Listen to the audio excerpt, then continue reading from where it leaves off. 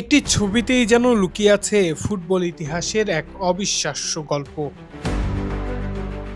২০০৭ সালে ইউনিসেফের একটি চ্যারিটি ফটোশুটে ছোট্ট এক শিশুকে গোসল করিয়েছিলেন তরুণ লিওনেল মেসি।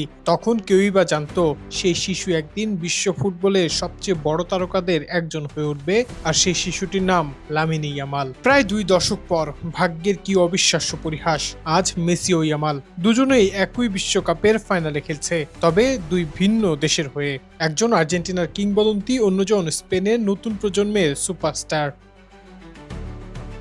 ফ্যানাটিক্স ফেস্টে এই ছবির প্রসঙ্গ উঠতেই মেসি হেসে বলেছেন, ছবিটা অবিশ্বাস্য।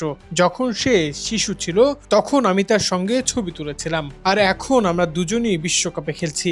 এটা সত্যি অবিশ্বাস্য। ফুটবলে ট্রফি, গোল আর রেকর্ডের গল্প আমরা অনেক শুনি, কিন্তু এমন কিছু মুহূর্ত থাকে যা পরিসংখ্যানের চেয়েও বড়। একটি ছবিতে শুরু হওয়া গল্প আজ বিশ্বকাপের ফাইনালের মঞ্চে এসে দাঁড়িয়েছে।